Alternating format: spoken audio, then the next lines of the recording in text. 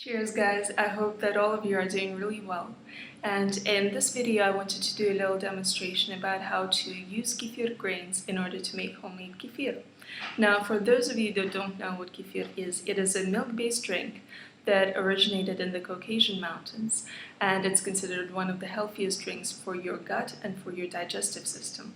The way it is created is for a fermentation process whereby the lactose in the milk, whatever kind of milk you're using, is being converted into a combination of very healthy digestive probiotic bacteria and yeast and complete proteins and vitamins. So let's head over to the kitchen and take a look. This is a batch of kefir that I made over the last 12 hours, and what I'm going to do is strain it right now to show you the actual grains. Now, what is important to keep in mind is that this strainer is not a hard strainer. It's made out of rubber. You can also use a plastic strainer, but generally if you use a metal strainer like the most common one you can find in the shops, you can damage your kefir grains. And here I have a little container to strain the kefir into. You can cover the glass jar with a lid, or you can just cover it with a little cloth and tie it off the way that I did.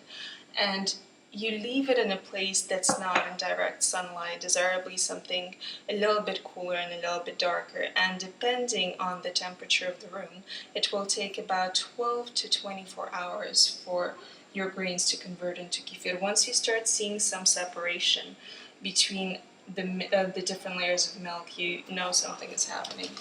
So basically right now I am going to pour this out into the strainer, and because my hands are clean, I'm going to go ahead and stir a little bit to help the milk get separated from the grains. Now you're starting to be able to see the grains. They're like little popcorn shaped substances that are the texture of a gummy bear. There we go. And now I can do the rest of this jar.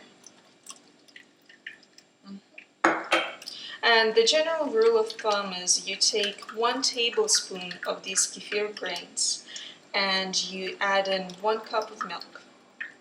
And then again, depending on how cold or warm it is, you leave it over for 12 to 24 hours on your countertop. It's really that simple.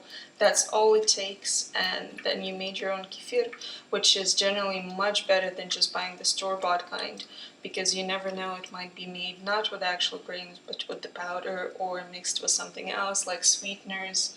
Because the kefir that you make at home is going to be a little bit more sour tasting. It's going to be a little bit more alcohol tasting than the one you find at the shop, where they like to make it a little bit more like a sweet beverage, so you know they're adding something to it.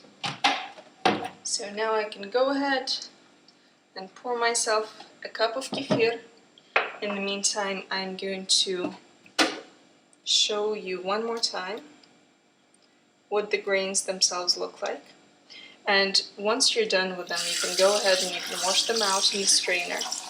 And then you can go ahead and you can wash out your glass jar, put the kefir strains back in, and pour the milk over top.